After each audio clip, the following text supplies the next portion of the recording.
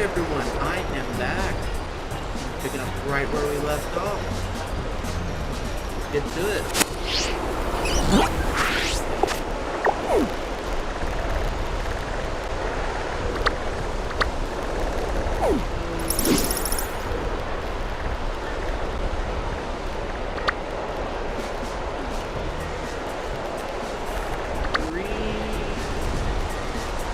One more gym. 2 more Team Star members. 1 more Titan. Oh yeah, sorry, 3 more Team Star. Yeah, 3 more Team Star members.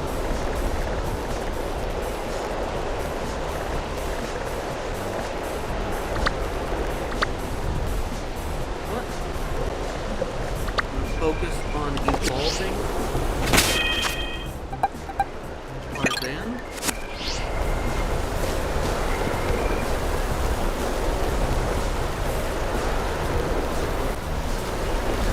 Oh, there's something too close. Tarzan. Then probably go just jump the classes. Plenty of those. I need to get done.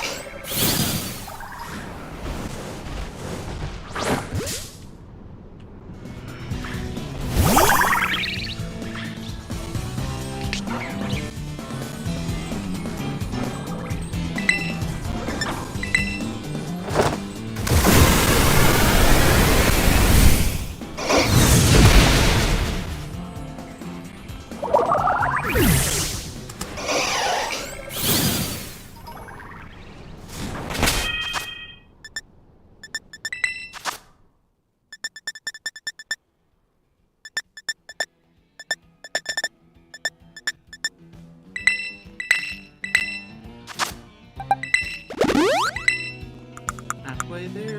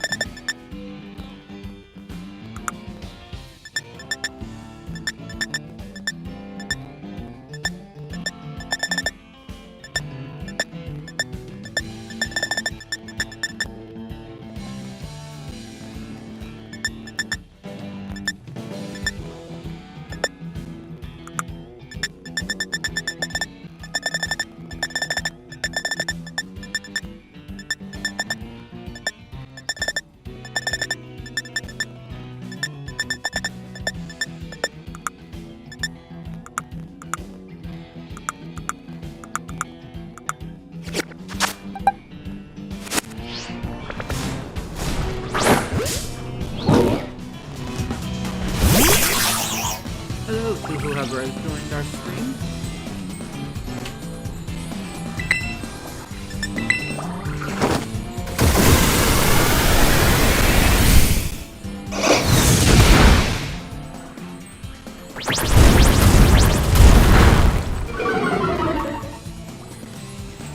At the moment, I'm currently trying to get my Tarzan to evolve into Annihilate.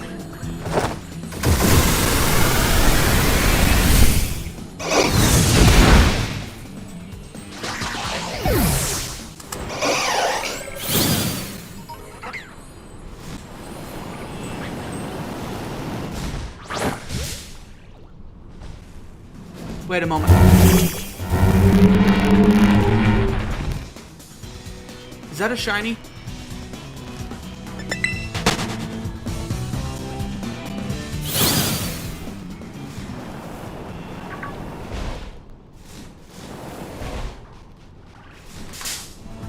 No, no, no.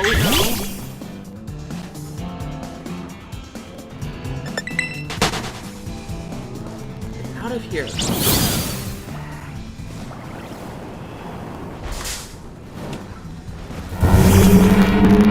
Did I honestly just miss that shiny?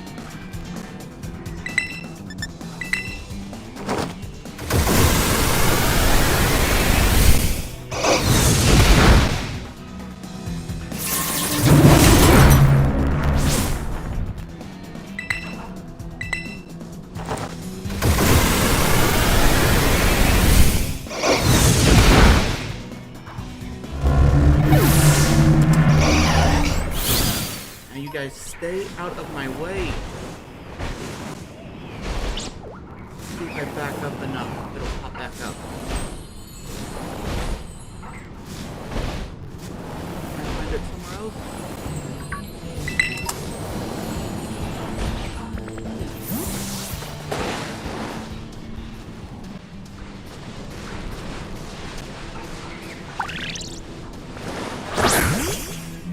Rat.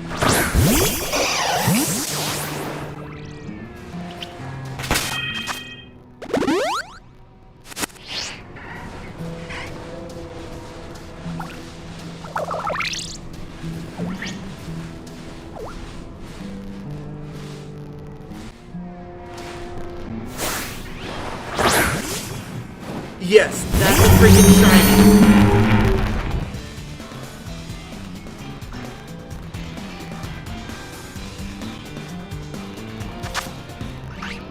I do technically already have one of these because I got one from one of you viewers last night.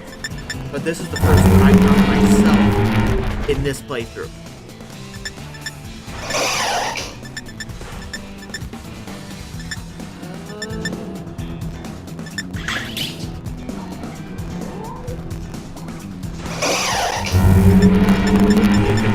Put it in.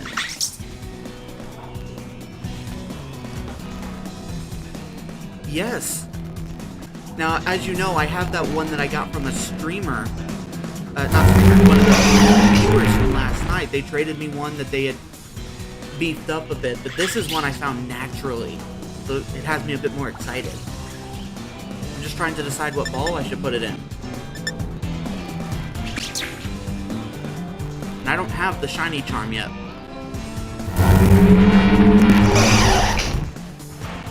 Yep, you'll have to give me a minute.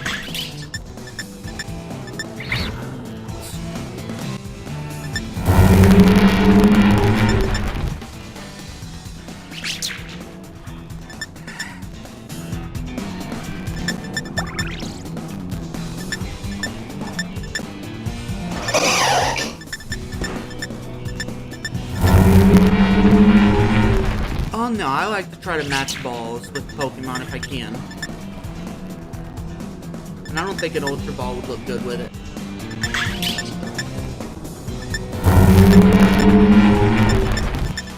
Does this a one? Maybe Dusk Ball? I know it won't work well right now.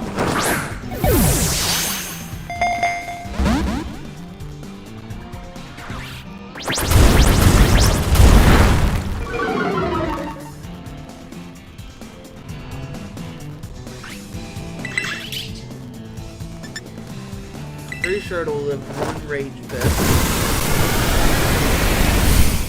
The other.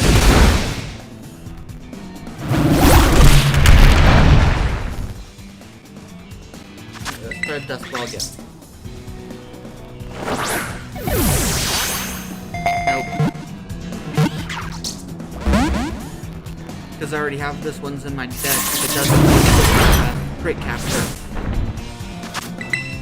Not work.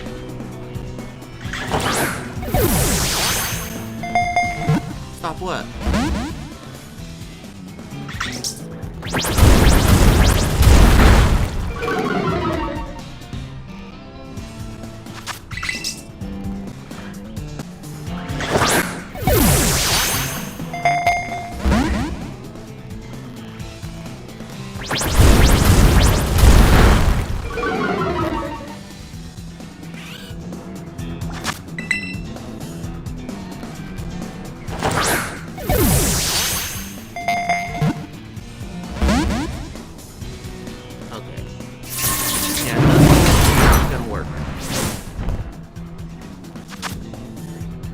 Oh yeah, no, I was very confident that it would not KO, because I had been going around using Rage Fist on other lower level Orthworms, and it always took 2 shots to kill them from Rage Fist.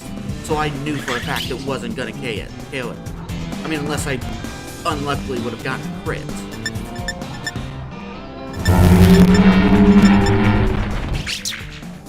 Oh, use a heavy ball. You better not break out, you son of a gun. It's gonna break out. And there goes my heavy ball.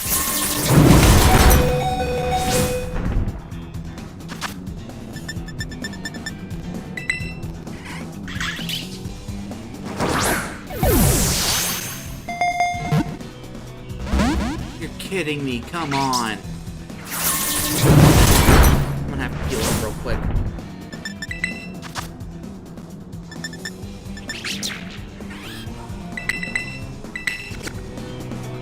This thing does not want to get caught.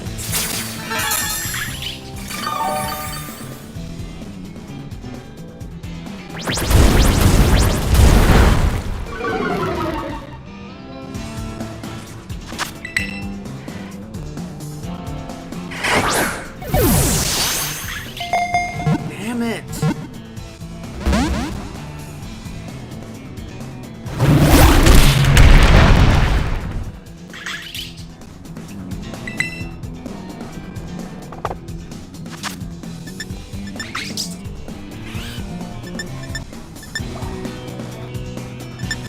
Yeah, I'm not giving it that option. It's getting caught.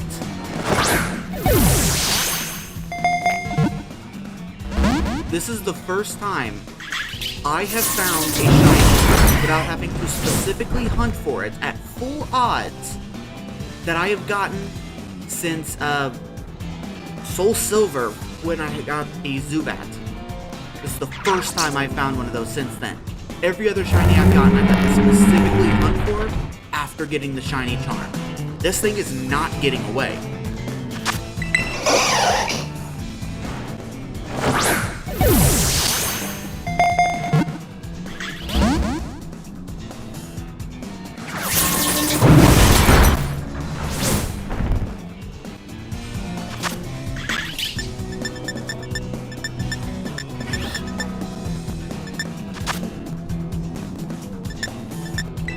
Nest. I'm running out of the others. I might have to just do an Ultra Ball or a Timer Ball.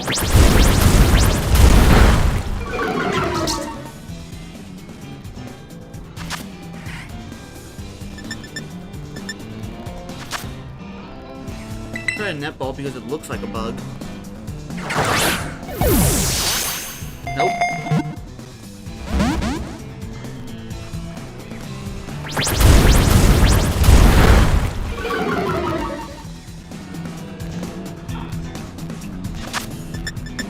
Okay, Ultra Ball. Nope.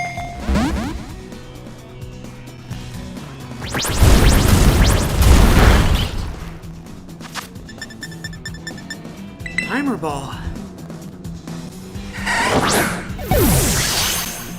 Are you kidding me?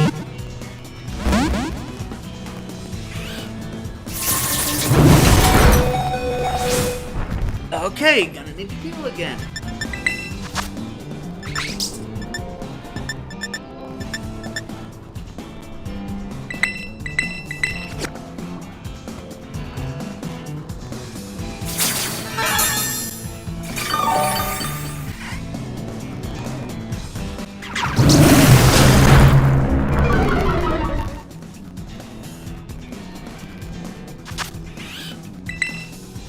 Timer Ball.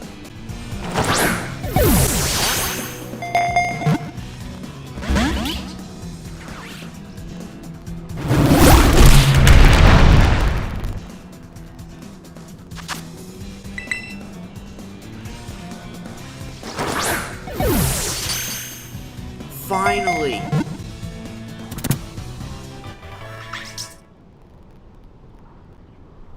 That was insane.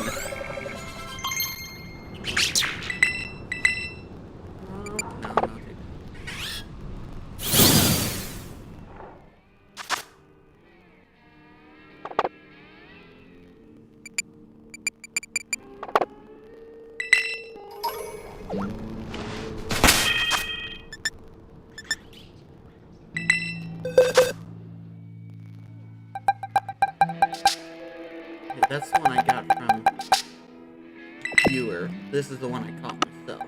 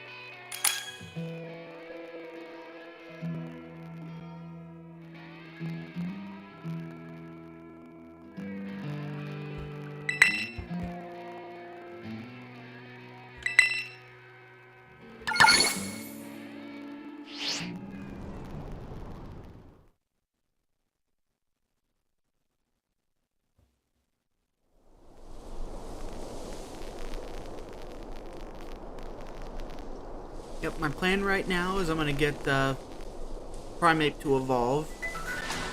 And then I'm gonna go and take some school classes. get those out of the way.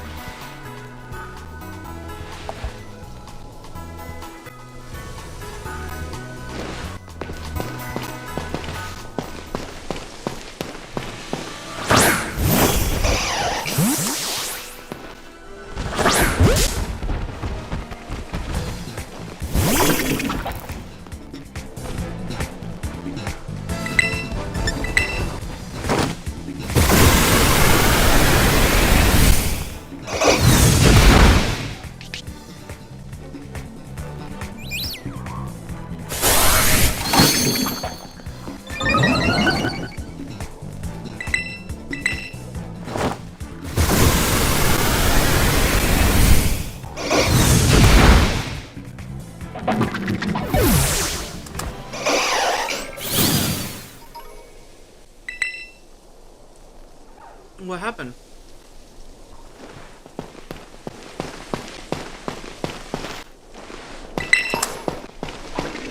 Ah, okay.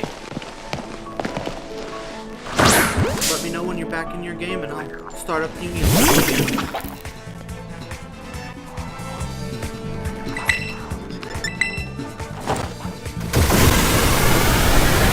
Earlier as well?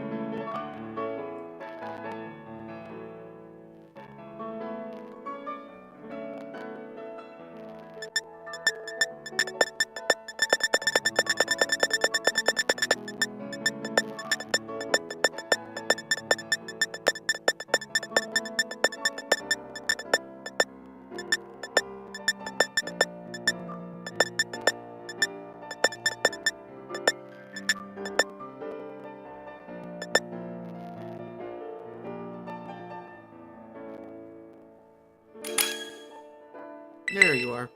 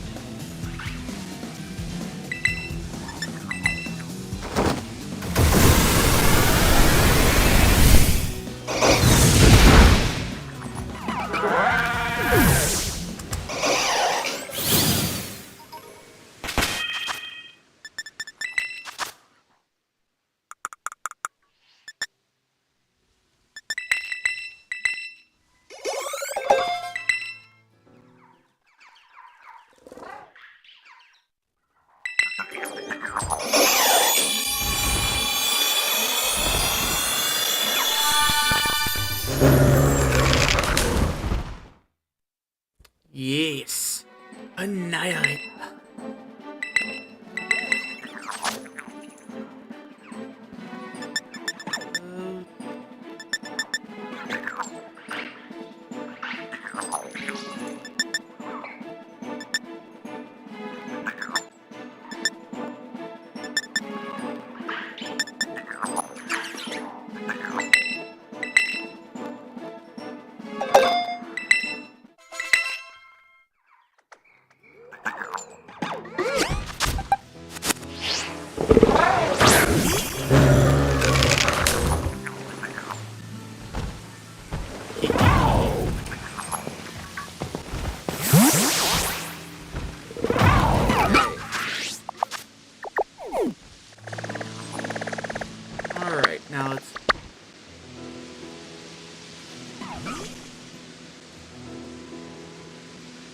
We definitely could.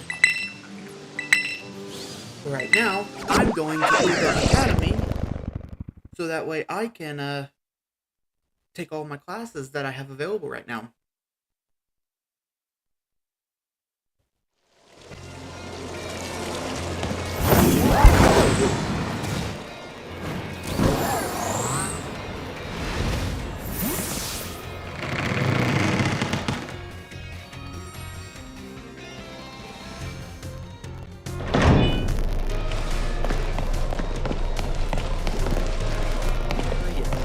Good.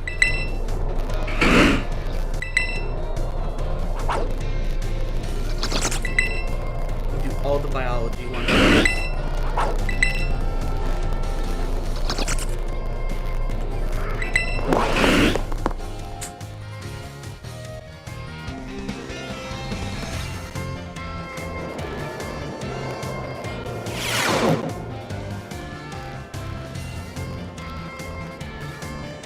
Hello, hello, my name's Jacques, and I'll be your Pokemon Biology homeroom teacher.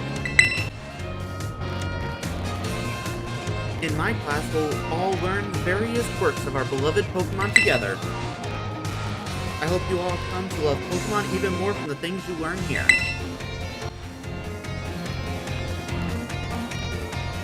In today's class, I'll teach you a great way to get to know Pokemon in more depth. If you'd like to become better friends with your Pokemon, you can let them come out of their Pokeball and walk along with you. Sounds great, huh? You can use the ZR button to throw a Pokeball and let out the Pokemon inside. Nothing cuter than watching your Pokemon run around underfoot if you ask me. Once you let your Pokemon out, try speaking to them. They're sure to respond in some way. It's a great way to get to know them better. However, letting your Pokemon out of its ball isn't such a great idea in some locations. Can anyone tell me where it is that you shouldn't have your Pokemon walk alongside you? The building. That's right, great job, Hatter. I see you did your homework. The correct answer is that we should not walk with our Pokemon indoors. How about that? Some Pokemon might damage walls, desks, and other things walking around inside buildings, so it's not allowed regardless of the species. Therefore, please only let your Pokemon out of their Pokeballs while indoors, or outdoors. Okay, everyone?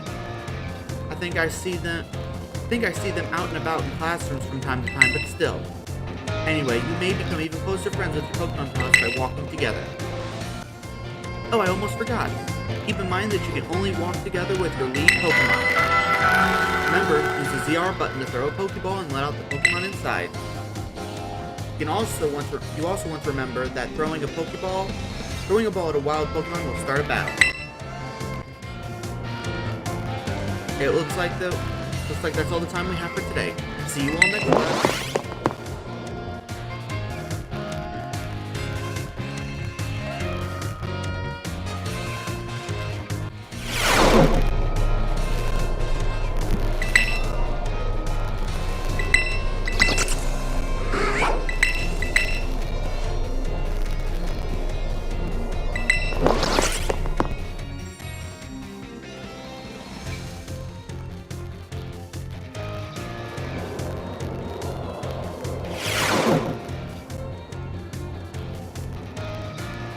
Hello. Hope everyone's ready to learn some new things today.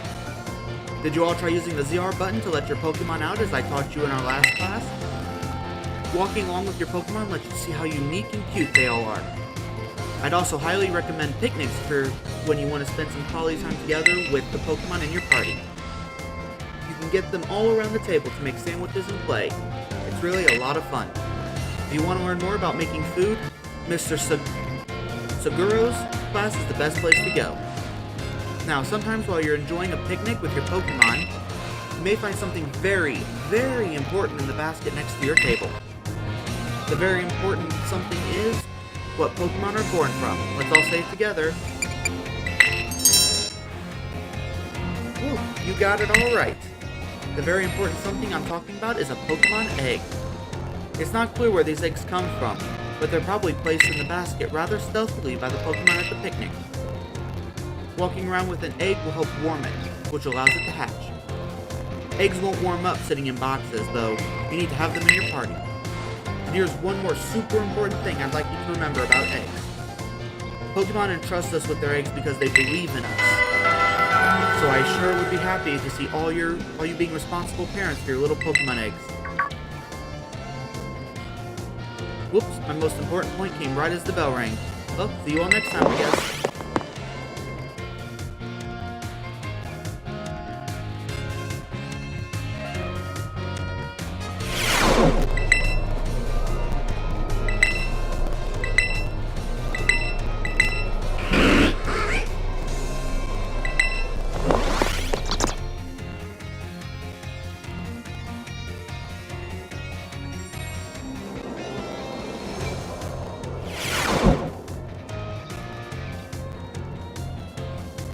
Hello. I hope everyone's ready to learn some new things today. I seem to remember teaching you all about the importance of eggs in our last class together. On that note, is everyone using their Pokédex? It registers Pokemon born from eggs as well as those encountered via other methods, so don't you worry about that. And, just so you know, I'm the one who developed the Pokédex app. It's way before I started teaching here at the Academy, though. Back then, I was a researcher. In fact, Director Clavel wasn't working in the education at the time either. He was researching alongside me at the same facility. We got to research Pokemon together day in and out. Those sure were fun times. I got yelled at all the time, though. Wait a second, how did I get onto this? Pretty sure I was talking about the Pokédex. Anyway, today I'd like to teach you about catching Pokemon. As you know, a great way to catch a Pokemon more easily is to first lower its HP. But there's another way to up your chances of successful catch. Can you guess what it is? Condition? Wow, that's right, Hatter. Great job. The correct technique for making Pokemon easier to catch is to inflict them with a status condition. Sleep is an especially effective status condition, and makes Pokemon drastically easier to catch. If you have a Pokemon that can use moves that put up opponents to sleep, like Sleep Powder or Hypnosis, filling up your Pokédex will be a cinch. There are other ways to improve your catch rate as well, like using Pokeballs specifically designed to be effective against certain Pokemon. Eating food that gives you catching power works too, or sneaking up on a Pokemon from behind and catch them by surprise when you start a battle. If you're having trouble, you may want to make the rounds to the gym and get the gym badges. Earning gym badges will make it easier to catch Pokemon of higher and higher levels. Please do come show me your Pokédexes when they start to fill up. Another day, another enjoyable class. Oh yeah, don't forget our next class will be at 3.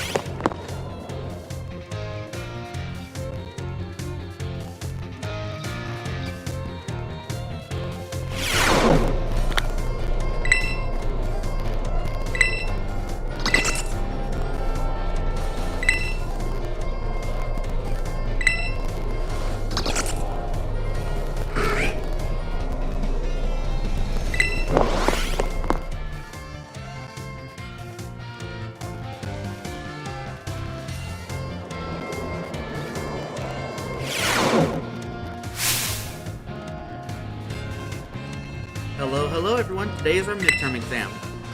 It sure feels good to fill up those empty spaces on this answer sheet, doesn't it? Take your time and contemplate each question carefully. What button? VR. Find one letter and a number.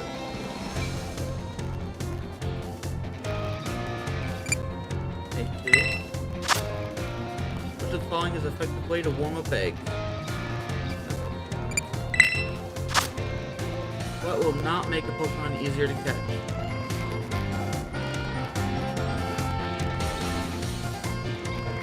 Giving them a berry. In this game, anyway. What will make it easier to catch Pokemon of higher and higher levels?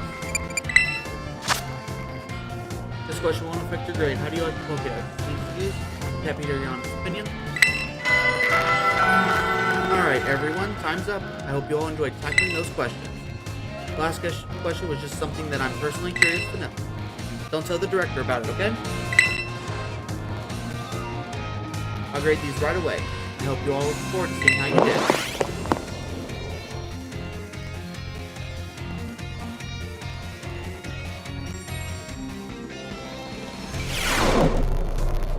Feels like great to get a test out of the way, doesn't it?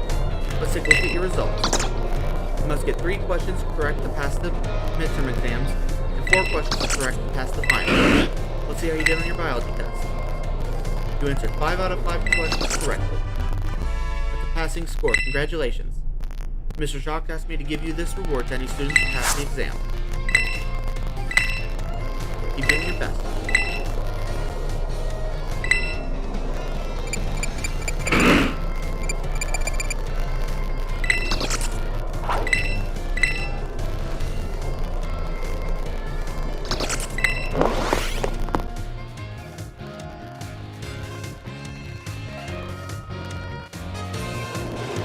Get these all out of the way before I do anything else. Well, at least all that I can do right now. Hello everyone, nice to meet you. My name's Time, and I will be your math teacher. Sorry to put you on the spot at the start of class, but let me ask you a quick question. Do you enjoy numbers, arithmetic, and the like?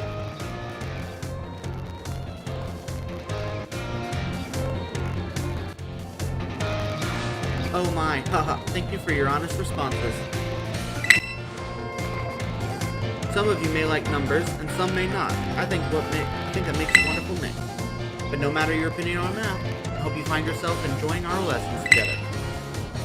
I'll do my best to find a good way to match up your interests with all types of math lessons. Speaking of which, are you all caught up on your studies of Pokemon type matchups? For example, grass is strong against water, and water is strong against fire, correct? Hatter, you seem to be good with Pokemon, so let me ask you this. Bearing in mind that water is strong against fire, if the move Water Gun hits a fire-type Pokemon, what becomes of the move's damage? It's double. That's right. I knew I could count on you for this question, Hatter. Using moves of a type that your opponent is weak to is super effective tactic. It multiplies the damage of those moves by 2. On the other hand, using a move... Oh, nice! On the other hand, using a move of a type that your opponent is resistant to isn't as effective. It divides the damage of your move by 2. Ha, I don't mean to encroach on Mrs. Dendrus battle studies theory, but I thought it was best to use a lively topic as an example. That can make math fun, even for those of you who don't much like the subject, don't you think? That's the second shiny Pokemon you found while playing with me. Oh my, is that the bell? I suppose that's all for now. What a shame. I'm looking forward to seeing you all in the next class. Hope you're looking forward to it too.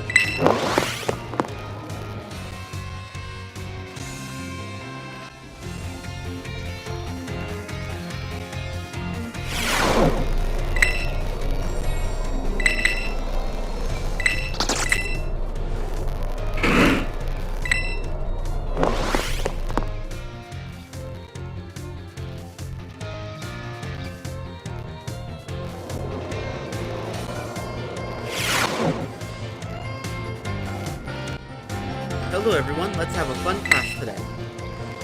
Tell me, do you all enjoy shopping? Buying tasty bread or choosing new clothes? Even just window shopping is so much fun. In today's class, I'd like to use shopping, one of my own favorite hobbies, mind you, to teach you all about math. I'm sure everyone here has visited a Pokemart at least once. They all sell all sorts of Pokemon items. Pokeballs are one of the many useful items you can find there. They cost 200 each. Now then, I'd like you all to do some quick thinking with me here. One Pokeball is 200. If you had 2,000 and bought as many Pokeballs as you could afford, how many would you receive? This, I remember during my first playthrough, was a trick question. The 200 Pokédollars for one Pokeball. So 2,000 would be 10, but she also counts that Premier Ball you get for free. That's correct. Well done, Hatter. With 2,000 Pokédollars, you can afford to purchase a maximum of 10 Pokeballs. However, if you purchase 10 or more of any one type of Pokeball, you also receive one Premier Ball as a special white ball as a bonus. So the correct answer is in fact 11. Cheeky quick trick question. Sure is nice to get a little bonus like that on a shopping trip, isn't it? Hi, is that the bell? I suppose that's all for now. What a shame.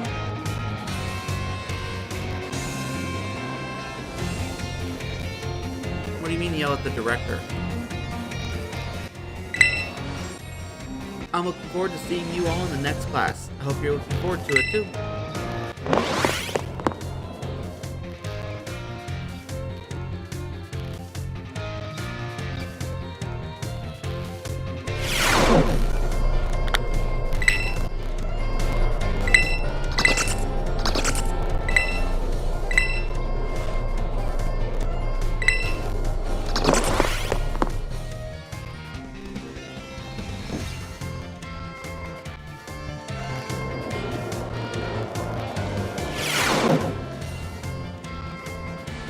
Hello everyone, let's have a fun class today. Tell me, do you all enjoy fortune telling, horoscopes and the like? I think it feels great to read your horoscope and see that it says good luck is coming your way. So today I'd like to teach you all math while focusing on the topic of luck. Perhaps you have seen the following phrase crop up during Pokemon battles before. Critical hit. When a Pokemon's attack lands a critical hit, the damage it deals is increased by half. When he battled you in front of the school and she got on him about it? I haven't done that yet. That happens, if I remember correctly from the story, that happens after I beat all of Team Star and then go and battle him. I haven't gotten there yet. I still got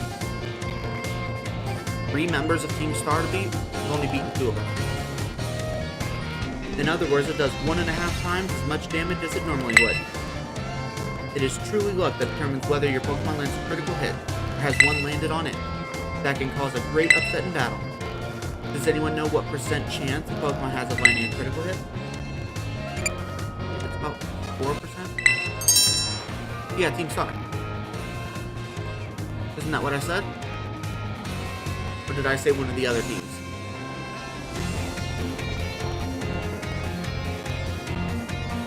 That is correct. Well done, Hatter. The chance of landing a critical hit is said to be 1 in 24, which figures roughly to 4.17%. The odds are more favorable for certain moves, though. Why moves such as Stone Edge and Shadow Claw have about a 12% chance. You can also use moves called Focus Energy and an item known as Dire Hit. Both raise the critical hit ratio by 2 stages. It's 50% chance to land a critical hit. Okay, that's what I thought. But yeah, once I beat all of them, then I'll get the opportunity to battle him. And I haven't done that yet, so he hasn't yelled at him yet. Feels great to land a critical hit, but perhaps not no great to be struck by one. There's a surprising amount of mathematical probability hidden in Pokemon battles, you know? If you're able to do the calculations, that'll swing luck in your favor, and they open the door for more strategic choices for you during battle.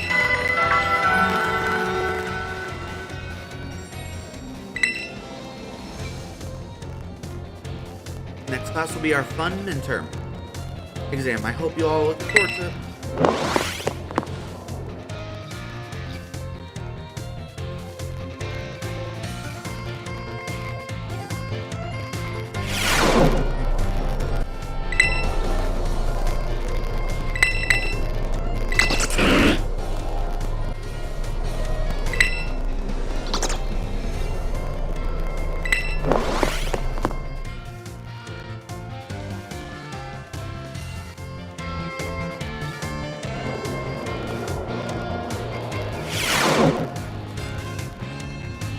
Alright everyone, it's time to begin our midterm exam. I'm sure the fun experiences you all have had in my class will serve you well as you answer. What does water gun do? It's gonna hit the fire type. Double.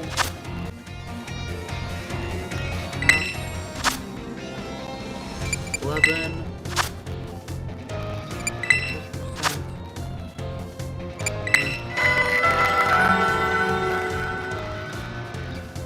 Alright everyone, time is up. Put your hands on your laps now.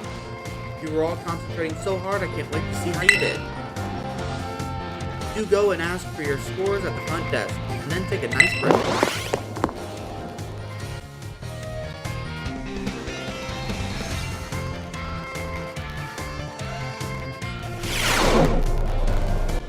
Feels great to get a test out of the way, doesn't it?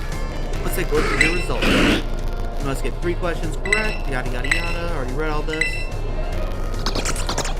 5 out of 5. Now we get a reward, which is 5 small screen candies.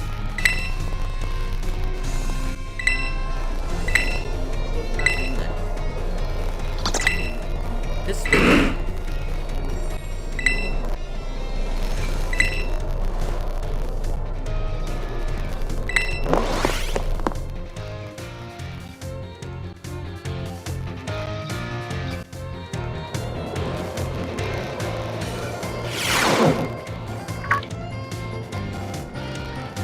Oh, I see we have some new students here with us today.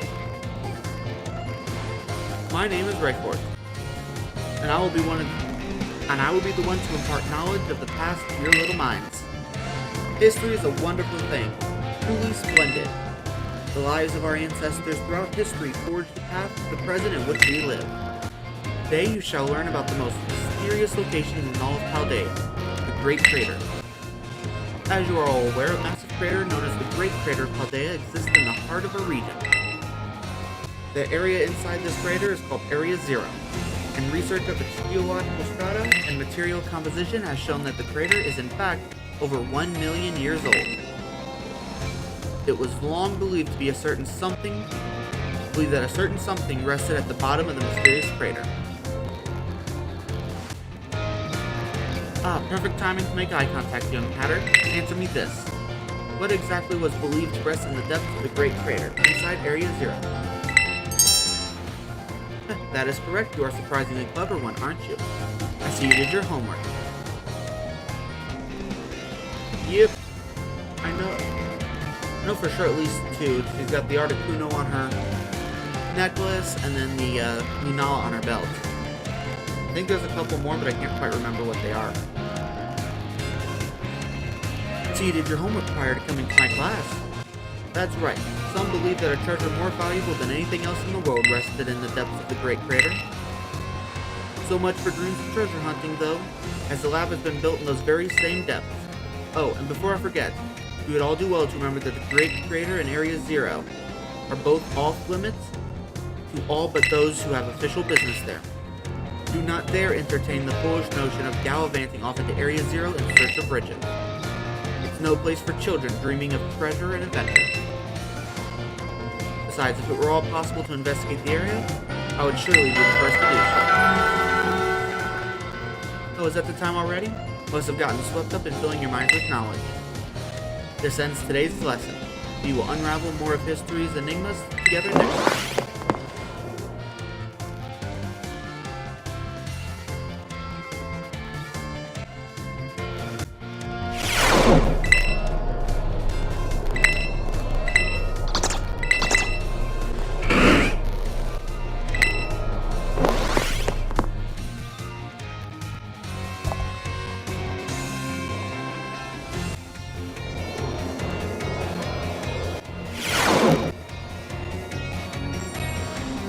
Greetings, my little students. Whatever you did yesterday is now a part of history. Today we will continue to unravel the marvels that history has presented to us. About 2,000 years ago, this region came under the rule of the Paldean Empire. Historical accounts describe the Paldean Emperor as being quite the dictator. The Emperor also zealously believed that the legend of the treasure that rests deep within Area Zero.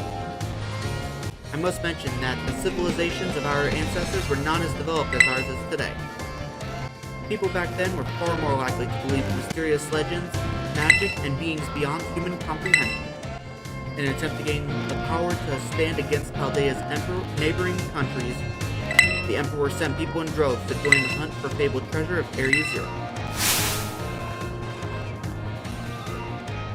Perfect timing to make eye contact, Gun Hatter.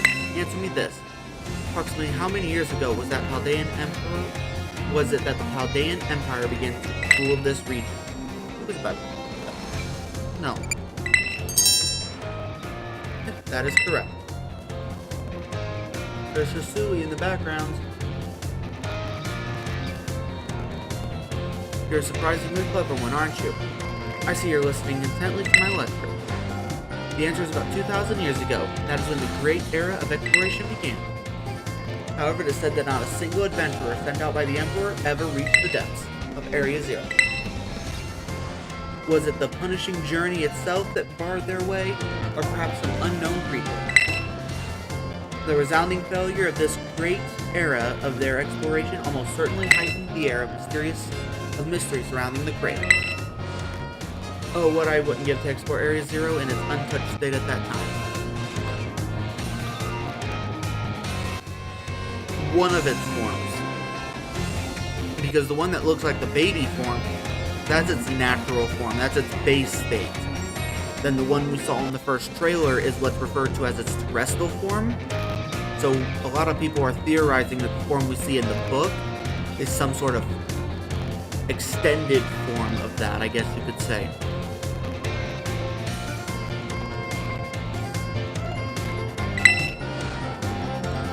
I suppose I can only hope for the swift invention of the time machine. Oh, is it that time already? Must have gotten swept up in filling your minds with knowledge. This ends today's lesson. We will unravel more of history's enigmas together next time.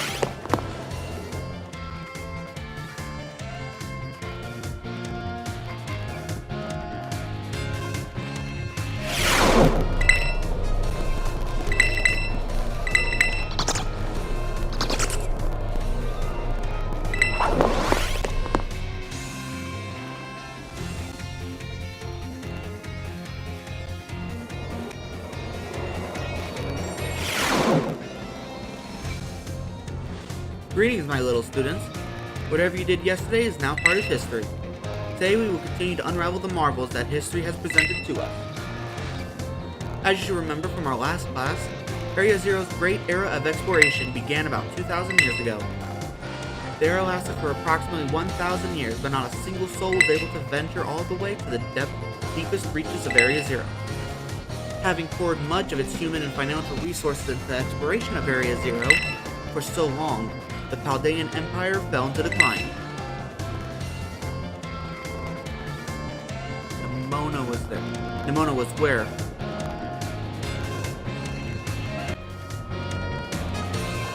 "200 years later, or 800 years ago, the Empire and its surrounding nations united into one entity.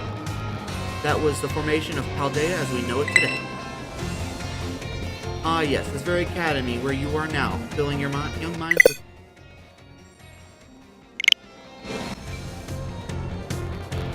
minds with knowledge was also apparently established at that time. In fact, the school building, though certainly having undergone repairs throughout the years, is just as it was when it was built so long ago.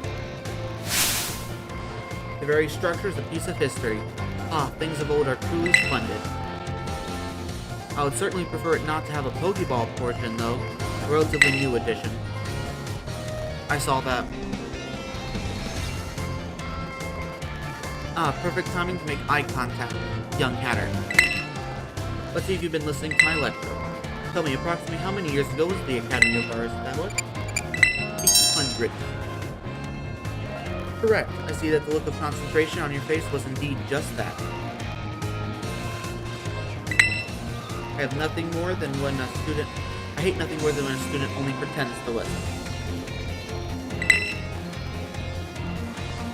This academy was constructed exactly 805 years ago, to be precise.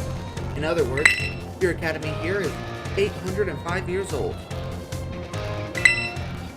At the time, it offered state-of-the-art facilities and uniquely innovative curriculum.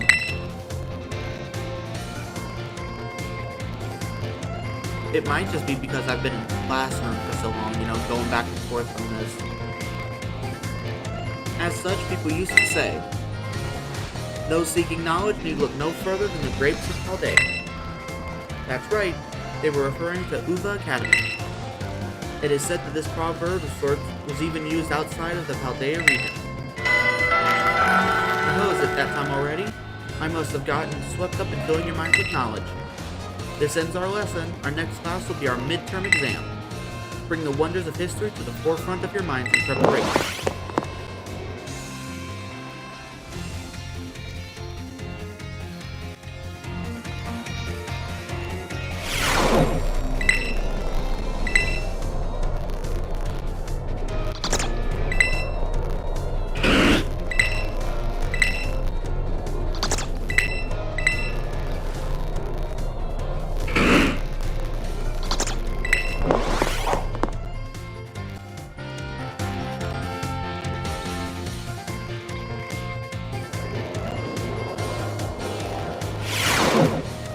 Greetings, my little students. It is time for our midterm examination. Summon your historical knowledge from the dark recesses of your mind and answer the questions. The Great Crater.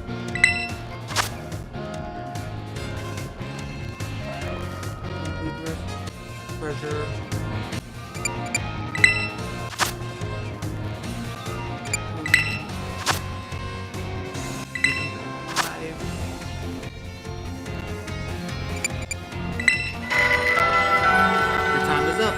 Put your writing utensils down. That last question was a freebie. Even the least capable of you surely padded your scores there. I sincerely hope you did anyway. So ends our midterm examination. You may ask for your scores at the school's front desk.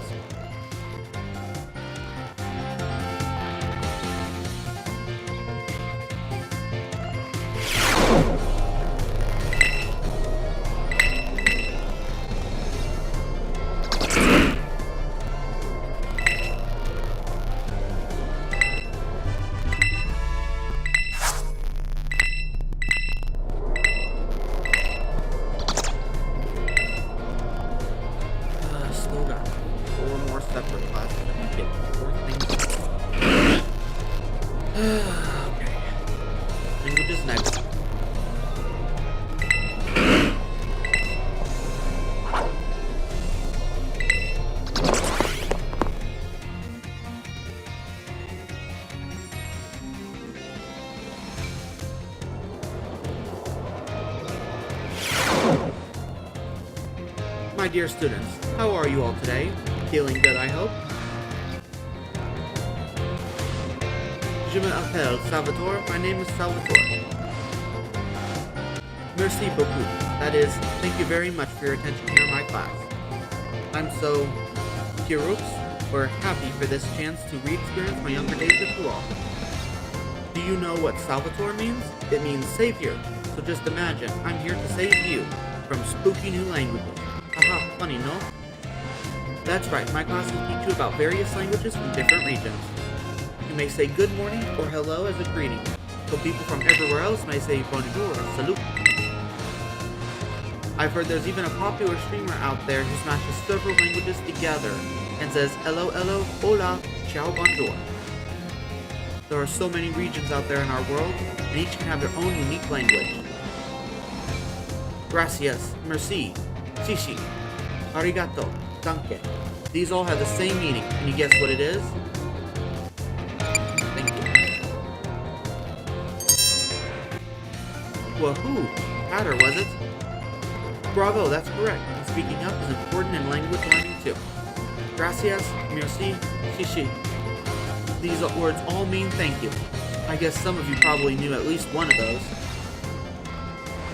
Despite meaning the same thing, their links and sound are all different. Isn't it interesting? And now, apropos nothing, let me give you all one of my words of advice. When you travel abroad, you should try to speak the local language as much as you can, even if you can't speak it very well. I'm sure your willingness to try will make the people you meet trust you very happy. Honestly, from my experience, just being able to say hello, delicious, and thank you in the local language will get you pretty far. For everything else, just pretend you're Mr. Mime and gesture away. Oh, there's that pesky bell. I guess that's all the time we have for today. Oh, adios, matane, à la prochaine. See you later, everyone.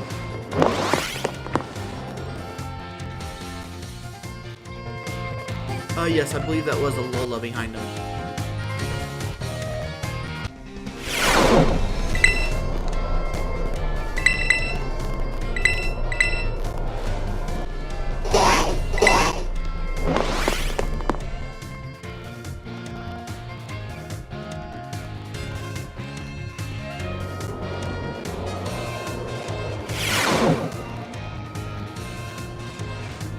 My dear friends, how are you all today?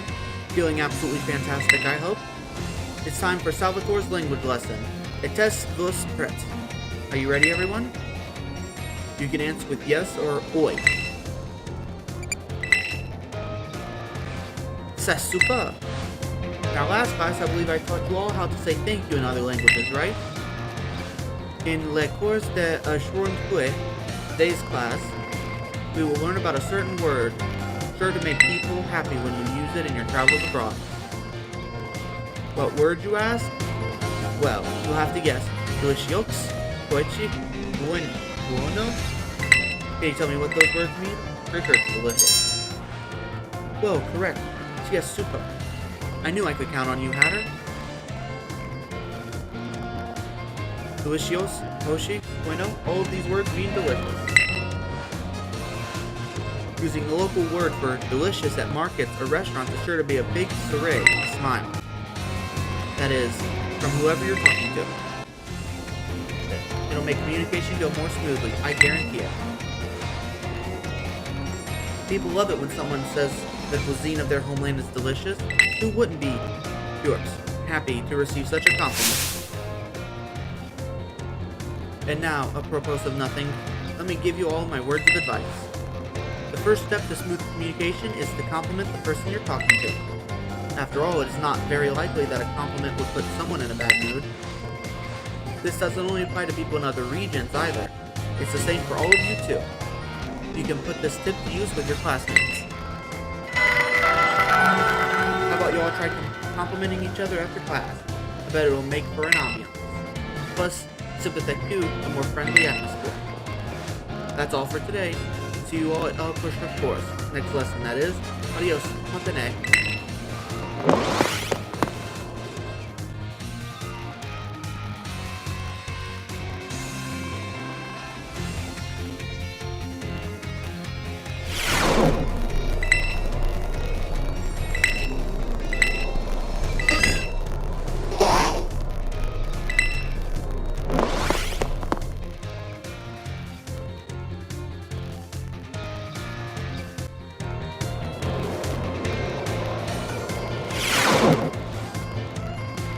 My dear friends, how are all of you today? You certainly look fantastic.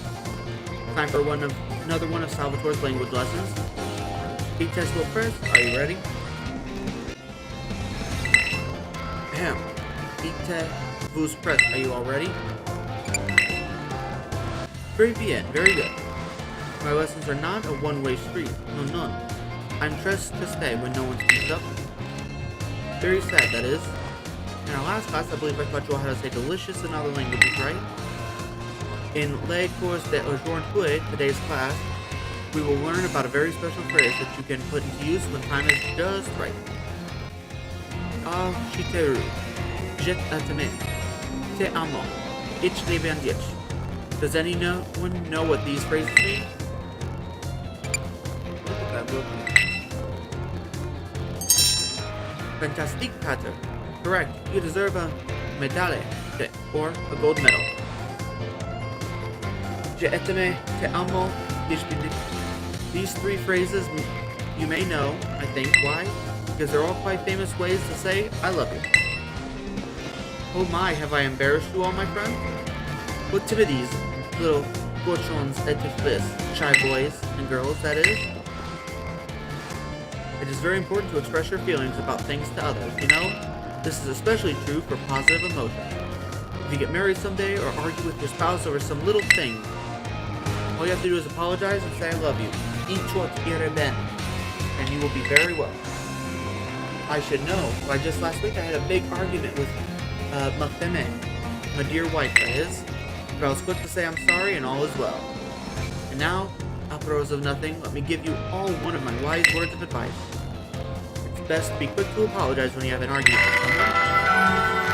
That goes for your families, friends, and your crushes. Know you can do it. I believe in you. Au prochaine cours, our next class will be the midterm exam. Be sure to review what we learned in all our lessons so far. Adios, matane.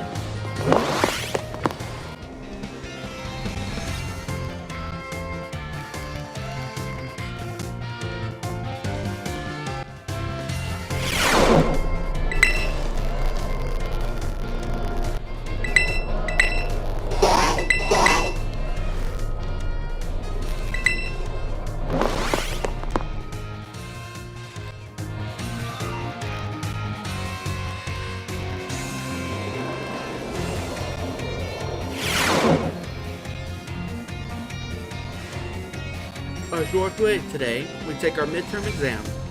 Then 10 days course. Relax, that is, and do your best. A test for press. Are you ready? Let's begin. Thank you.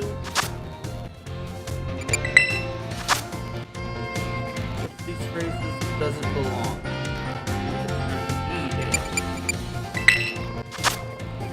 When speaking with a person, what is the first step? Compliment them. Salvatore, right? Or Salvador? Salvatore.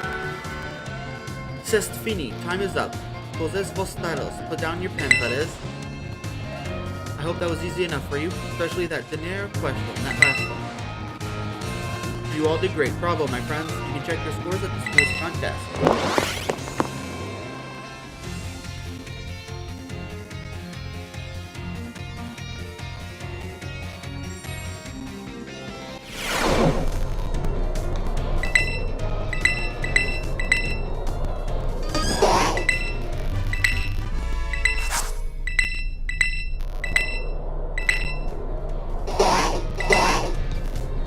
Battle studies.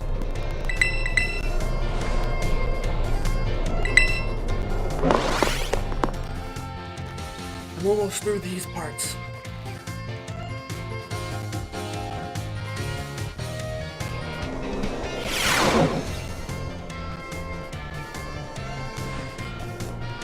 Osu, say hello to your battle instructor. The one and only, the hot-blooded Dendare. Osu is a karate thing. By the way, look it up. My age?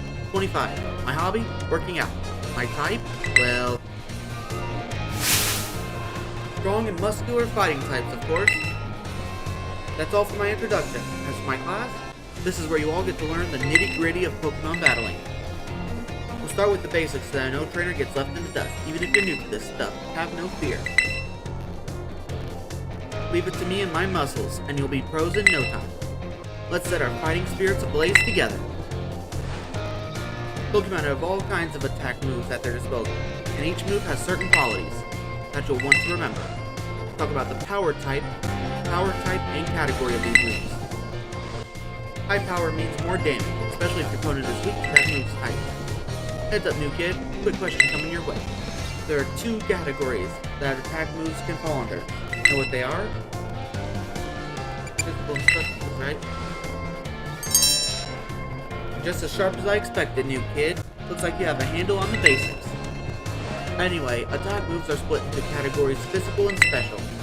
Physical moves deal more damage the higher the Pokemon's attack stat is, and special moves deal more damage the higher the Pokemon's special attack stat is. On the other side of things, Pokemon getting hit by these moves can take less damage by having a high defense or special defense stat respectively. In conclusion, Pokemon that are good at physical moves should raise their attack stat. Pokemon that are good with special moves should raise their special attack stat. Trying to raise both of these stats equally will just make it hard for the Pokemon to shine in battle. Make your strong points stronger, I always say. That goes for both people and Pokemon. Oh man, I was just about to suggest we do some hands-on practice to really drive the point home. But I guess we're out of time. We'll generally meet my class here in the schoolyard, even for book learning. Nothing like a little fresh air to make studying more fun, am I right? The class is over now. Take care of you, little rascals.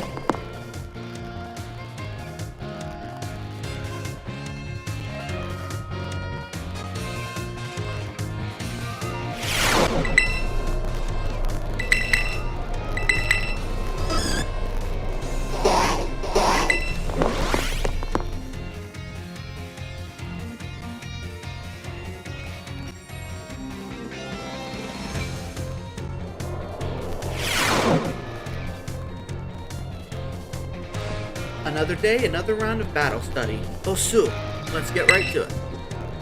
Is everyone excited about the treasure hunt? It's always a great adventure. You get to take on gyms, go to new places, and run all over the place with your partner Pokemon. And while you're running around out there, I bet you'll come across some big shining crystals fairly often as well. These crystals are actually a collection of terrestrial energy that seeps up out of the ground. You can check out these crystals to battle Terra Pokemon with your friends or other trainers in a group of 4. We call those battles Terra Raid battles. The Terra Pokemon you'll face off against in Terra Raid battles are crazy tough. They'll sometimes act differently than regular Pokemon, so you'll need to be on your guard. Luckily, trainers can also use special action in Terra Raid battles. It's called cheering. And there are 3 different types of cheers you can use. The first cheer is Go All Out. It boosts the attack and special attack of all allied Pokemon. The second is Hang Tough. This one boosts the defenses of all allied Pokemon. And the third, well, let's see if you can guess. The cheer restores HP for all allied Pokemon. What do you think it is? Heal up. That's right. Maybe I should make you the battle teacher, huh, new kid? The third and final cheer is Heal Up. A real powerhouse with the ability to boost both restore HP and cure status conditions. You can cheer up to 3 times during a single Terra Raid battle. Also, cheering uses up a turn in battle, so you won't be able to have your Pokemon use any of their moves when you cheer. In conclusion, try everything at your disposal. If nothing seems to be working, try cheering on your allies. Providing support for your team can sometimes open up a new realm of possibilities. Oh man, just when I was about to suggest we do some hands-on practice to really drive the point home. But I guess we're out of time. Class over for today. Now take care, you little rascals.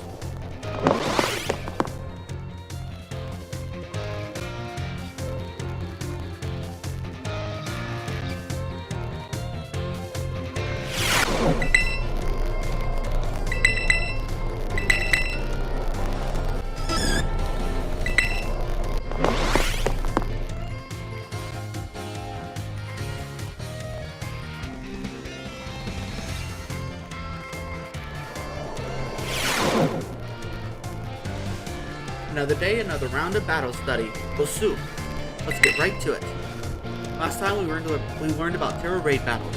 Did any of you had a chance to try them out? Terra Pokemon are super strong, and the more difficult ones will use an even tougher tactic. Oh, what form did you change it to? We'll use an even tougher tactic that's only to deal with. Talking about their Terra Shield. What happens while a Pokemon has its Terra Shield up, you ask? Well, it takes way less damage for one. It has a big effect on morale, too. When trainers see the shield go up, they feel doomed, like there's no way to win the battle. So here's a question for you. If the Pokemon you're battling puts up its Terra Shield, what should you do?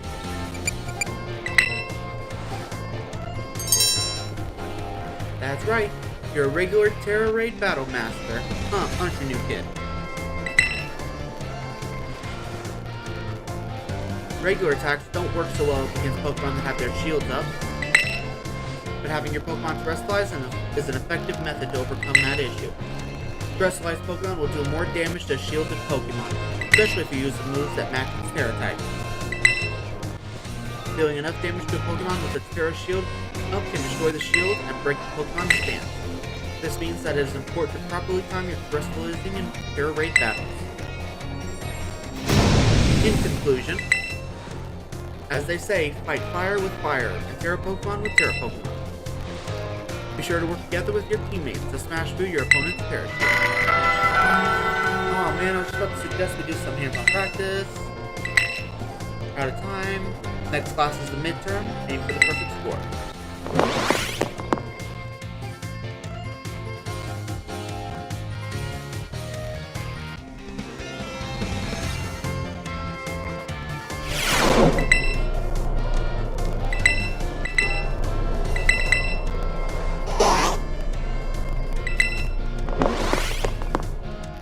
Close.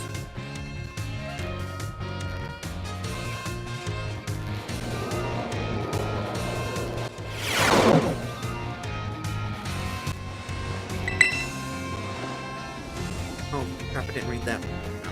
I guess we can do our tests in the classroom at least. Might be hard to write your answers out on the field.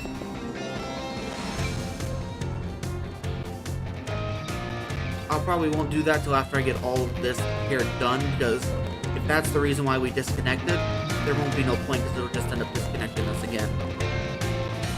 Alright, time to put your game faces on and do battle with those test sheets. Special attack.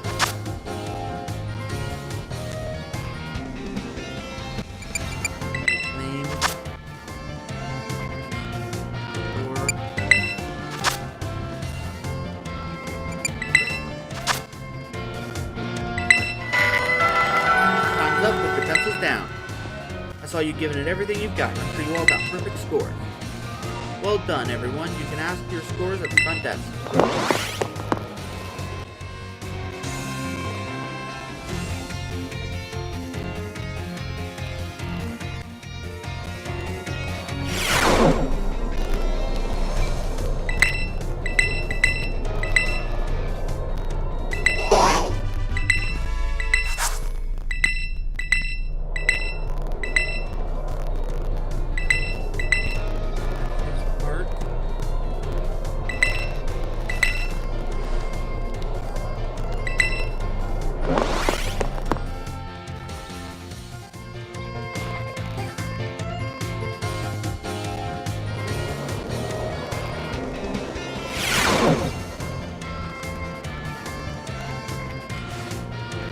Greetings, I am Hassel.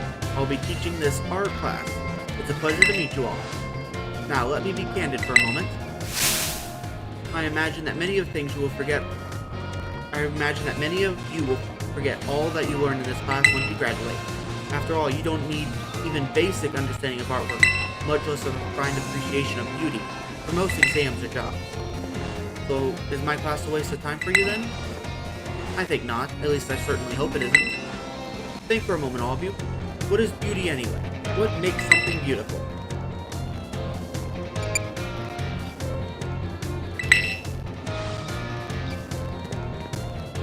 Interesting. Thank you, Hatter. Well, I don't mean to suggest that there's a correct answer to my query. The important thing is that you all take time to think about it. Think about why we might find beauty in a flower blooming on the side of the road, for example. Questions why the sky is a different shade of blue? Yep. And that why the sky is a different shade of blue than the ocean, or why leaves change color. Hello, McSam. Thank you for joining the stream. Right now I'm just trying to knock out these classes that I gotta do in the game before I continue on with other stuff. Ponder the windmills of Artizone and how they move. Contemplate the chilling bite of the waters of Cascapar. I'm sure you will find that every little detail of your lives will seem more vivid, more impactful, if you just take a moment to stop and think. I am certain that if you stop and truly appreciate the little beauties of this world, it'll help pull you through the days where your studies have you exhausted, or when work has dampened your spirits.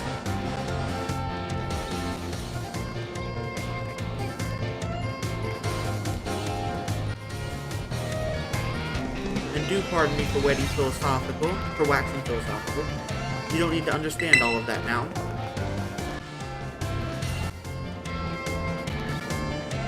I've already done the Get Your Mew one.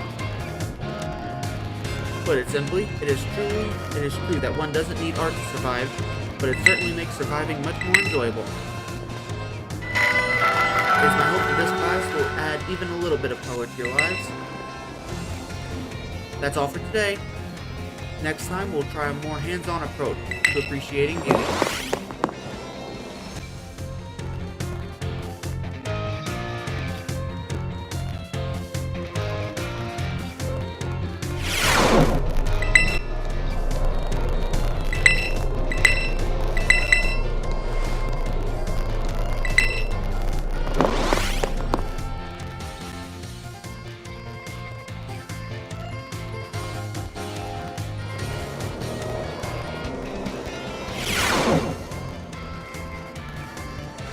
Hello class, it is I, Castle yet again. In our previous class we discussed what beauty is, what might have been a little boring for you, so today I thought I would mix things up a little to pique your interest in art. Allow me to introduce our special guest.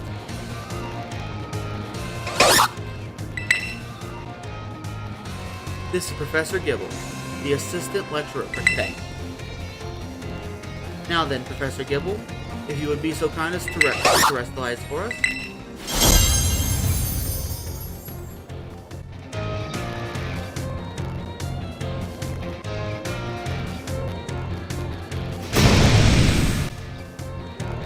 As some of you may already know, Pokemon can terrestrialize if you use a Terra Orb. Normally, Professor Gibble would be a Dragon type, but by terrestrializing, it succeeded in changing its type. So class, what type do these lovely glistening flowers above Professor Gibble's head represent?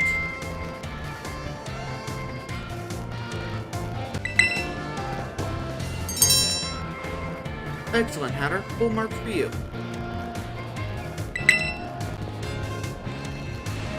Those beautiful flowers blooming above Professor Gibble's head show that it has now become a grass type. The shape of the Terra Jewel above the Pokemon's head depends on the Pokemon's Terra type. To summarize, if an opponent's Pokemon terrestrializes during battle, observe the Pokemon's Terra Jewel closely to see what type it has become, and choose effective moves accordingly. It is my sincere hope that today's lecture will help you all achieve beautiful victories. The terrestrial phenomenon is indeed a fascinating and deep subject to discuss. That is it for today's class. Thank you, Professor Gibble, for your help.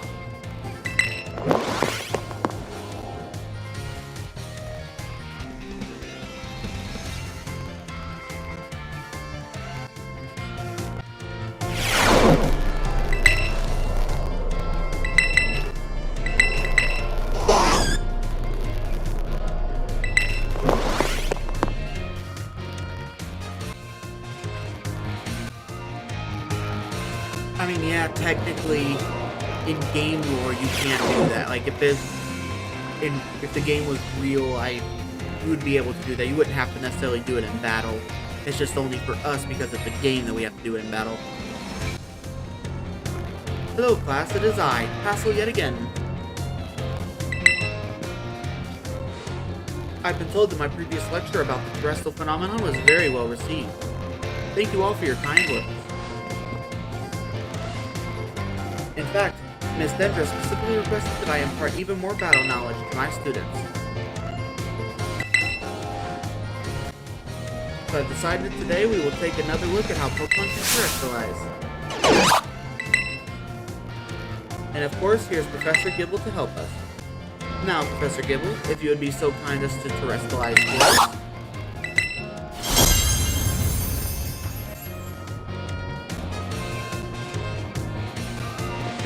Now, what do we have here? Last class we saw grass-type terrestrialization, but this time we have something of a different shape. Observe a Terra Jewel resembling a snowflake. Its dendritic shape is stunning to behold. It's a little chilling standing so close. So class, what Terra type do you imagine this jewel might represent? Ice. Excellent, Hatter. Full marks for you. The reason there's a snowflake shining above Professor Gibble's head is simple. It is now an ice type. And because Professor Gibble is currently the ice type, ice moves will not be very effective against it. Keep in mind, usually they would deal quadruple damage to Gibble. Now here's some trivia about snowflakes. While snowflakes come in many different shapes and sizes, most are classified as hexagons. Yeah, he probably just went over to Norman's, I believe his name is Norman, the normal type gym leader. Probably just went over to that place he always hangs out and got some soup.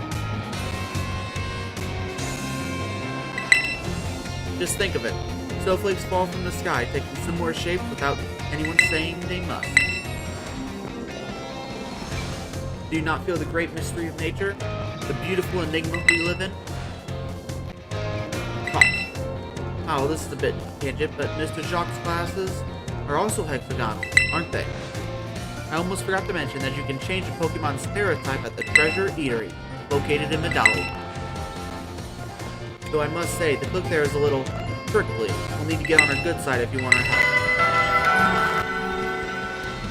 Next time, come prepared. Now come prepared for next class, because it is now your midterm examination. Thank you for today, Professor Gibble.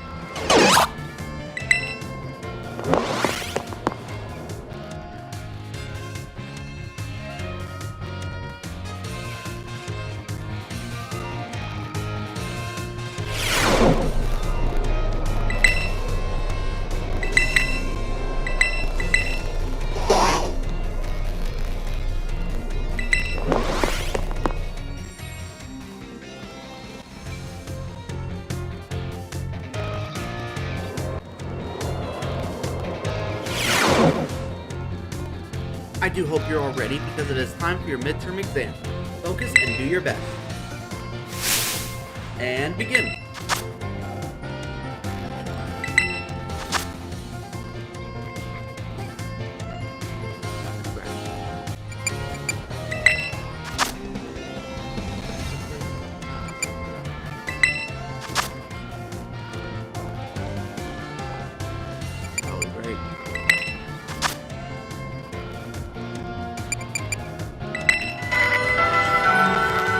That's it for today. Test pencils down.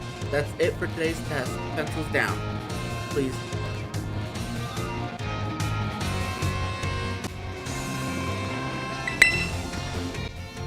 I mean, hey, it's pretty simple. Just swing by a Pokemon Center or a Terra Raid Den, and you'll recharge it. I would rather not have students worry about passing or failing in my art class, but tests are tests after all. Anyway, good work, and check the results of the front desk.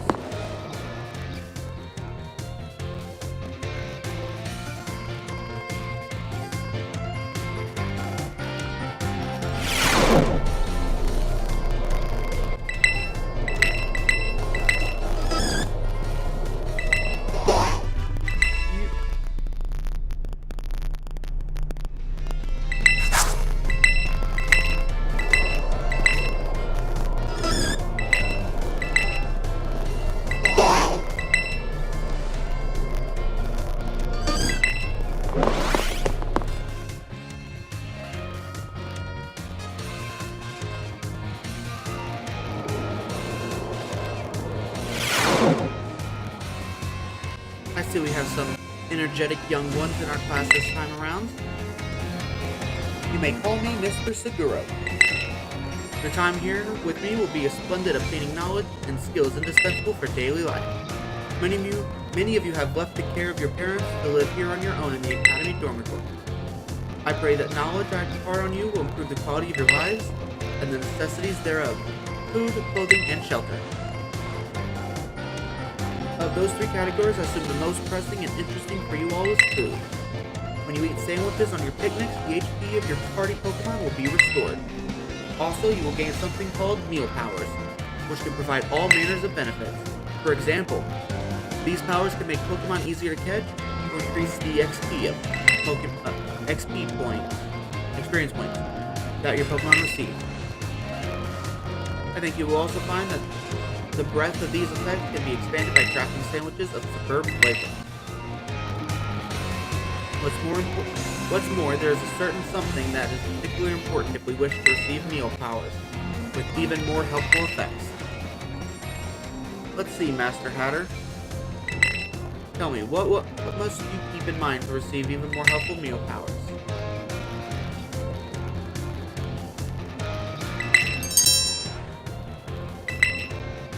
Perhaps you are already aware of the fact from having helped your family with cooking at home. Your choice of ingredients, including both fillings and condiments, is an important factor in gaining even more helpful meal powers. For example, using sweet ingredients in your sandwiches may help you gain egg power. Including numerous bitter ingredients, on the other hand, can gain you item drop power. Learning to aim for specific effects when crafting sandwiches will most certainly make your culinary endeavors more enjoyable. Please be aware, however, that you can also receive meal powers by eating at restaurants. I must say that I would feel the utmost joy if you all learned much here in my class and came to better understand home economics. Our time together has come to an end for today. I bid you all farewell.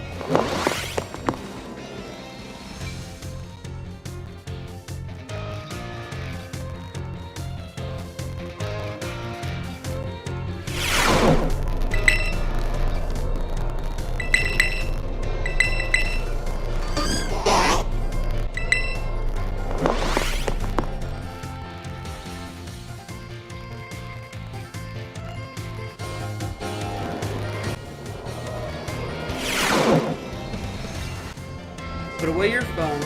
It is time for class to begin. In our last class, I believe we talked about the effects you can get from food on your picnics. You can receive meal powers and even restore HP for all the Pokemon in your party. It is truly a convenient means of healing your Pokemon. Unfortunately, as I am sure you're aware, it is not suited for use in battles. When you cannot make food or when you wish to or when you wish to restore HP quickly. In times such as those, you should make use of healing items such as potions, which you can purchase from Pokemarts or the school store. Healing items are immediately effective and can be used anytime that you can open your bag. They are, however, consumed after one use. Potions restore 20, Super Potions restore 60, Hyper Potions restore 120. The pricier the item, the more HP it will restore. Keep in mind how much money you have when you are stocking up on these items. However, unforeseen happenings are an inextricable part of traveling from place to place. Imagine, if you will, the following scenario. You find yourself with injured Pokemon, but you have no potions. You're out of sandwich ingredients, and there are no Pokemon centers nearby. Tell me, Master Hatter, what should you search for when in a perilous situation when you have no way to kill your Pokemon?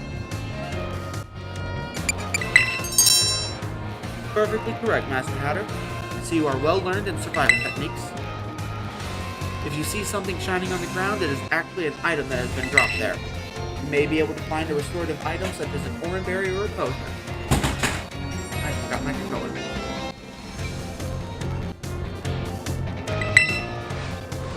You can use the R button to send out your Pokemon to pick up such items as well. And then there are berries, of course. Berries, by the way, aren't like items from shops. If you let your Pokemon hold it, it will decide on its own when to eat the berry during battle.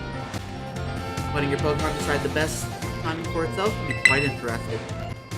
At any rate, if you find yourself in need of healing, I suggest you look around for shining items on the ground. If you can't find such items, there are other methods you can employ for healing your... but I see the bell demands the topic wait.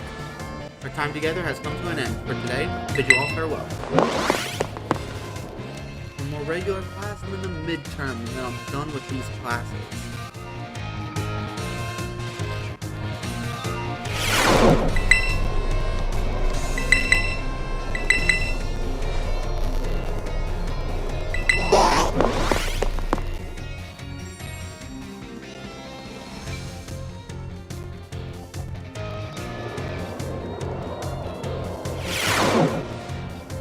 Put away your phones, time to begin class. In my last class, I taught you about HP restoration. However, after class, I was asked by several of you about power points, commonly known as PP. When a Pokemon was dissolved its PP, it faints. When all of its HP, it faints and can no longer battle. What happens to a Pokemon when it loses dissolved its PP? It uses moves. Perfectly correct, Master Hatter. Perhaps you know this from first-hand experience. When a Pokemon runs out of PP, it can no longer use its moves. However, each move has its own store of PP, so you can't mitigate PP loss by using a variety. So you can mitigate PP loss by using a variety of moves rather than just one move repeatedly. If it loses Pokemon loses all of its PP, it will only be able to use Struggle, an action that also damages the Pokemon that uses it. In order to avoid this predicament, PP can be restored at Pokemon centers along with HP. Items such as Ethers and Max Ethers can also be used. Be careful not to confuse potions with Ethers in the heat of battle.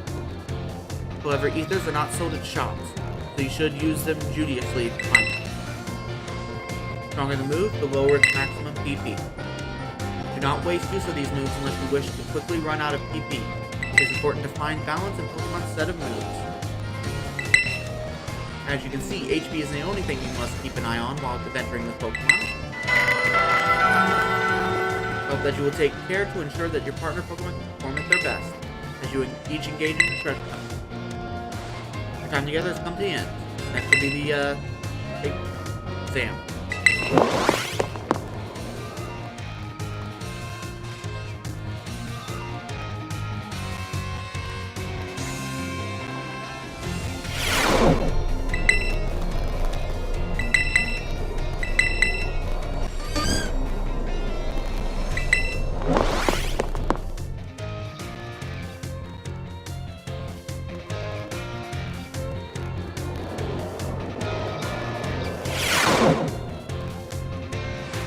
Time has come to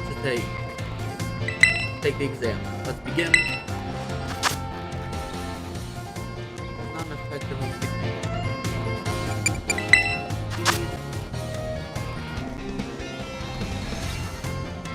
condiment. Berry.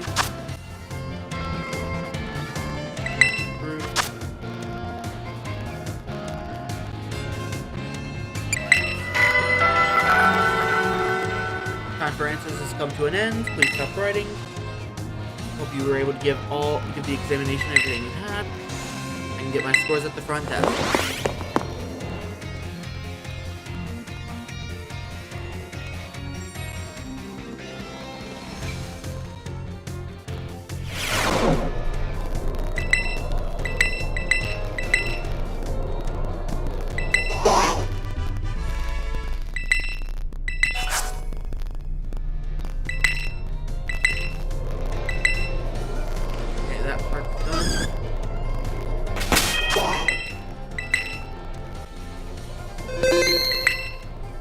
Alright, I will be right back. I gotta go hit the little boy's room.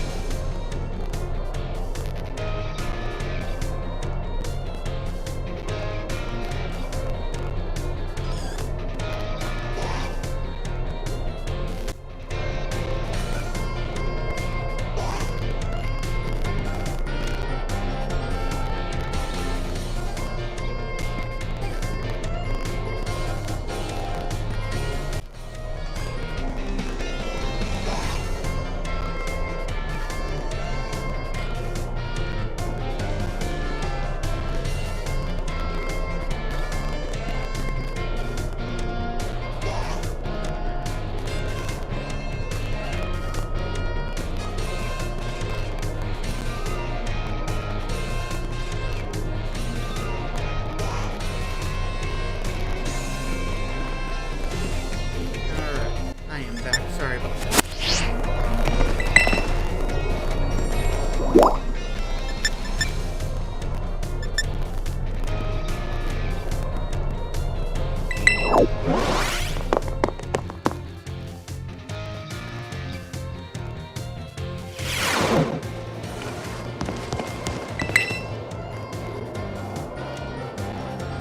Ah, hello, hello. Have you gotten used to things here at the Academy, Hannah? Glad to see you're having fun. Oh, have you been using the Pokédex app? I'm the one who made it, you know. Every time someone using the app catches a Pokemon, that data gets sent to me. It's really helping with my Pokemon research. So be sure to catch any new Pokemon you find and work on filling your Pokédex. So your first goal is, say, aim for 30. Register 30 Pokemon in your app. Let me know once you've done it. I've already done it.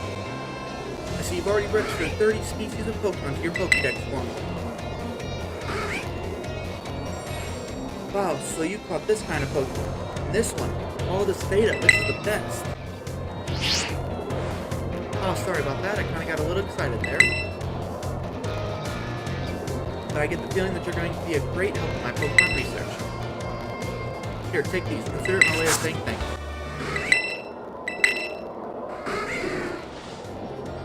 You sure are good at catching Pokemon, aren't you, Hatter? For your next goal is aim for 100 species. Remember, when you find a Pokemon you've never seen before, give a Pokeball a throw. So you've already registered 100 species of Pokemon to your Pokédex? What little Pokemon, big Pokemon? Well, you can have data on Pokemon this specific size. So much data, so much analysis. Ah, sorry about that, I got a little excited here. My Pokemon research is moving forward at a great pace thanks to your efforts. These. You're a natural at this. For your next goal, let's aim for 200. I know it's a tall order, but keep tossing those Pokeballs and don't give up. So you've already registered 200 species of Pokemon to your Pokédex.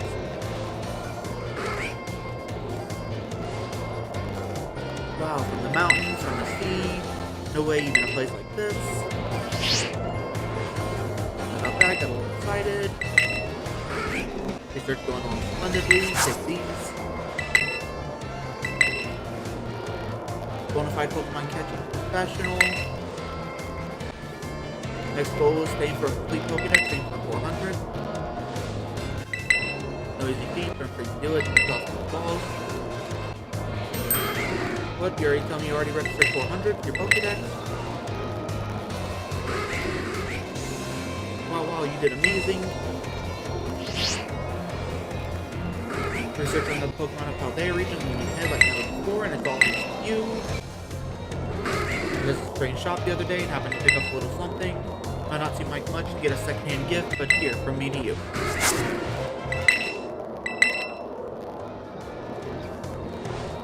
Wish I could give you something a bit better for your efforts.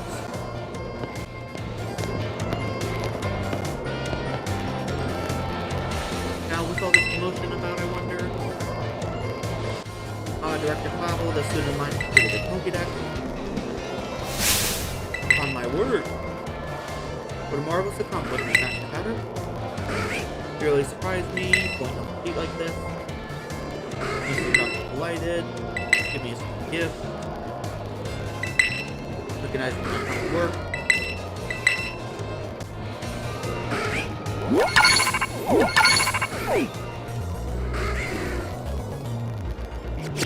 Too worried about that.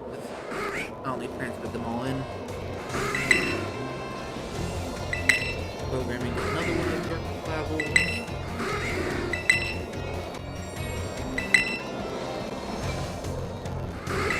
Okay, for these going forward, just for this stuff, so I can get it done, I'm not going to read them. I'll just give a moment to allow people to see it.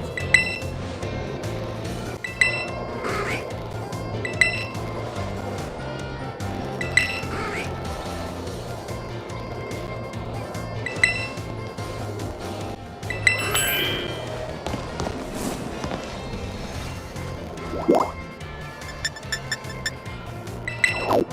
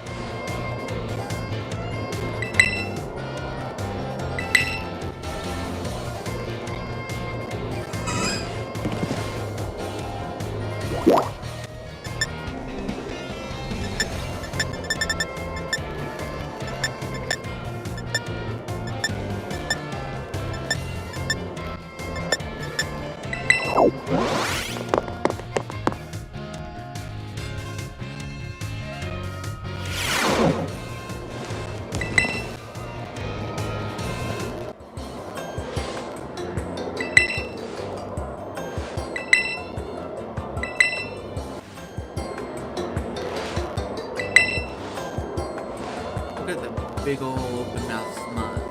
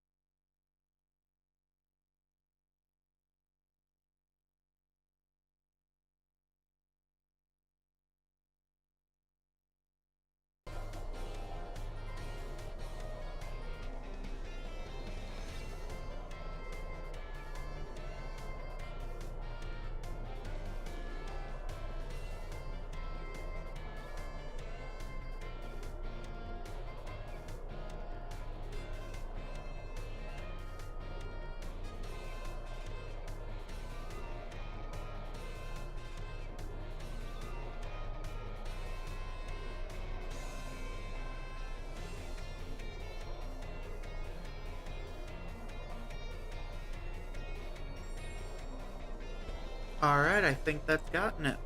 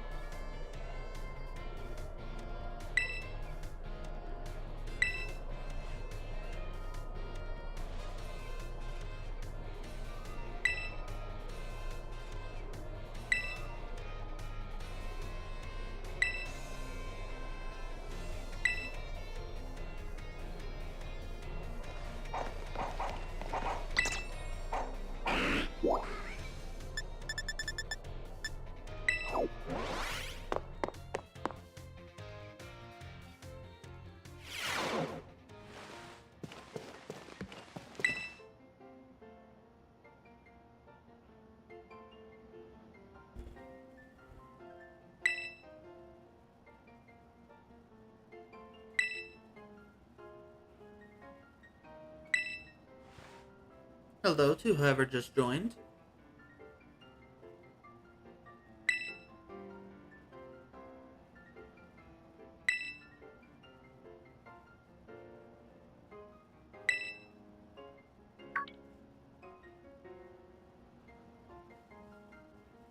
Normally I do read these out, but I'm going through and doing as many as I can. And I'm trying to do that somewhat quickly, so not reading them right now.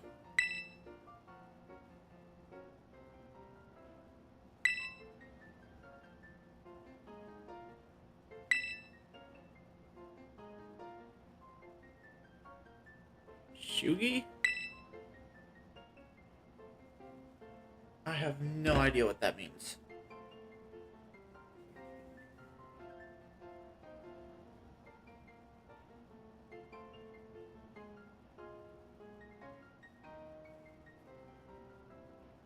Trying too hard? Is that it? Okay.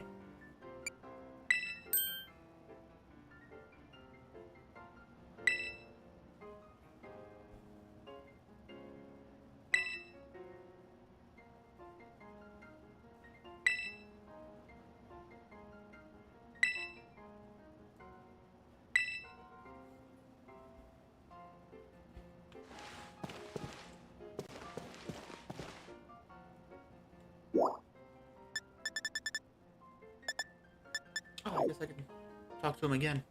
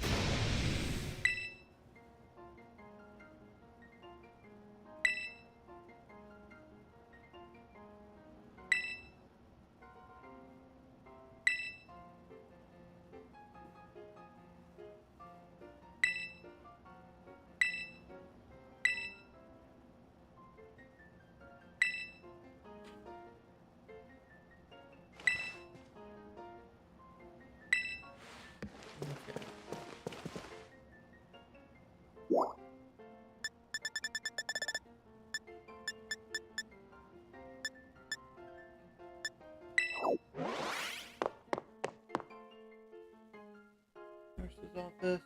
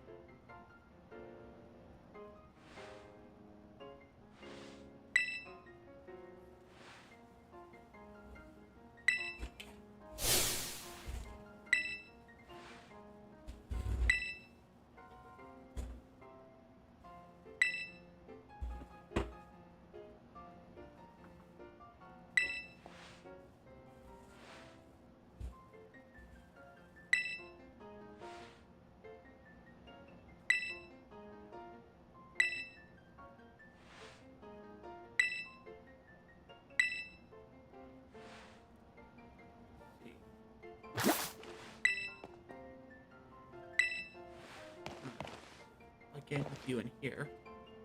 Though you might pop up. Yep. So you might pop up somewhere else.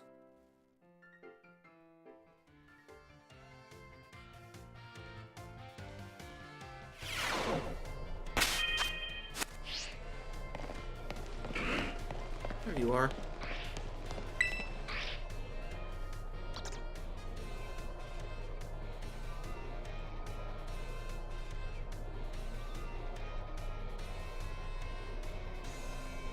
I don't know what that was. I just watched the replay.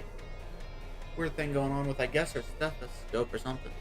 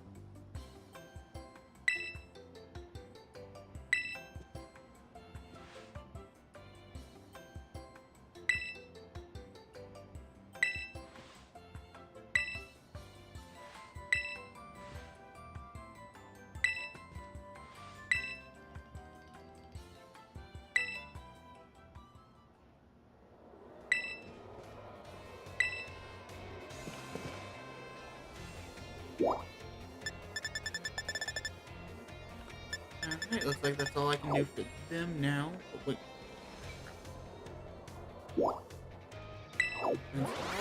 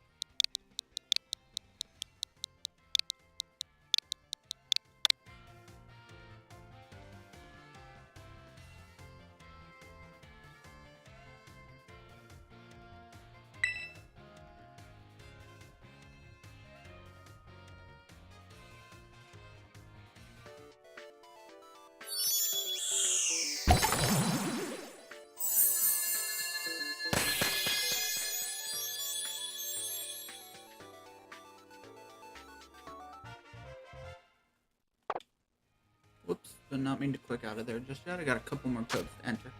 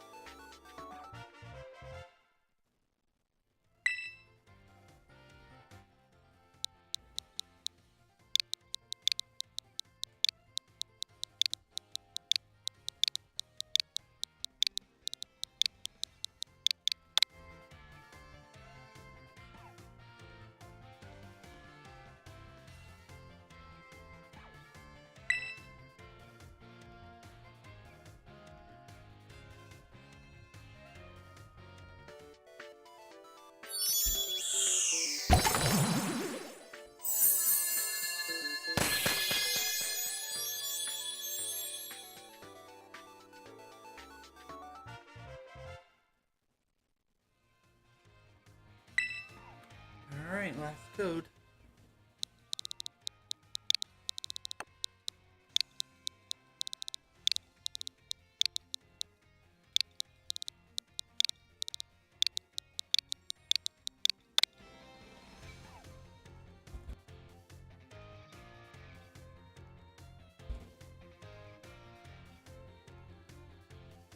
Oh, this is that Titan.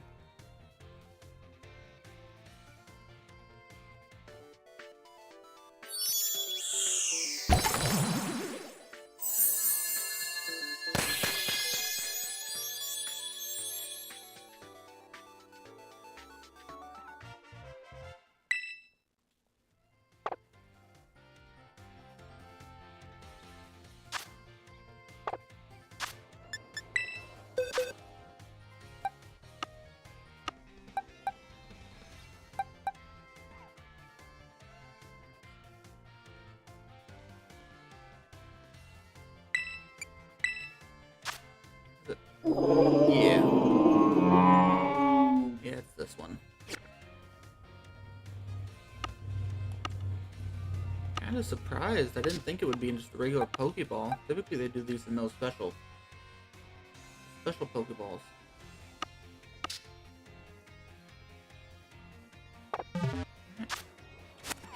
Alright guys, I'm gonna go ahead and hop off here for a short bit, take a small break, take my dog out, get me a snack. But then I'll be back for more. Thank you all for joining. If you enjoyed, please like, subscribe, comment. Don't forget to turn on those notifications so you know when we go live or upload a video. And we're gonna be saying, Uru!